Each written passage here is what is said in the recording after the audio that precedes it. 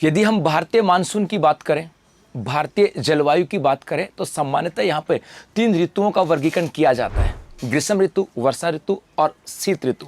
और सामान्यतः इसके अंदर ग्रीष्म काल के अंदर पूरे भारत में तापमान उच्च स्तर के ऊपर होता है, खास करके मध्य भारत का मैदानी क्षेत्र, राजस्थान, हरियाणा, यूपी, एमपी, गुजरात, ये जो मध्यवर्ती क्षेत्र है, यहाँ पर भयंकर टेम्परेचर होता है और यहाँ पे जो गर्मी है वो अपने प्रचंड लेवल के ऊपर होती है। और जब टेम्परेचर 45 डिग्री सेल्सियस से अधिक होता है तो उस अवस्था को कहा जाता है हीट वेव। लेकिन वर्ष 2025 के अंदर जलवायु परिवर्तन के कारण बहुत सारी विभिन्नताएं हमें देखने को मिल रही हैं। इस बार हीट वेव की अवधि कम रही, सामान्यतः 1 या 2 दिन की बात करें। इसके अलावा पूरे भारत के अंदर इस बार हीट वेव का दौर नहीं चला।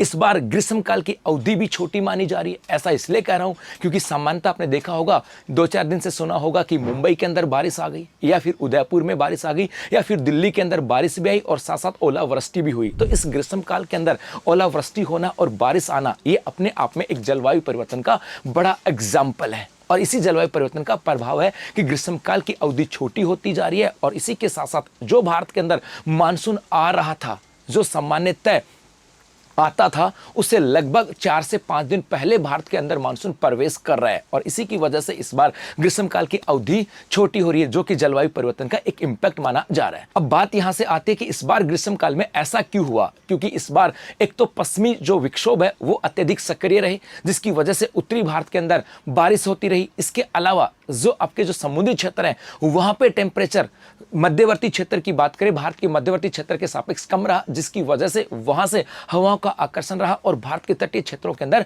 बारिश होती रही। तो इस बार पूरे भारत के अंदर जलवायु परिवर्तन का प्रभाव हमें देखने को मिला और ग्रीष्मकाल की अवधि छोटी रही। और पश्चिमी विक्षोभ की सक्रियता की वजह से भारत के अंदर समय समय के ऊपर जो ग्रीष्मकाल का दौर, जो नोतपा के दौर से जाना जाता था, प्रचंड गर्मी के लिए जाना जाता था, इस बार वहां पर बारिश भी हुई और साथ साथ ओलावृष्टि भी हुई। धन्यवाद।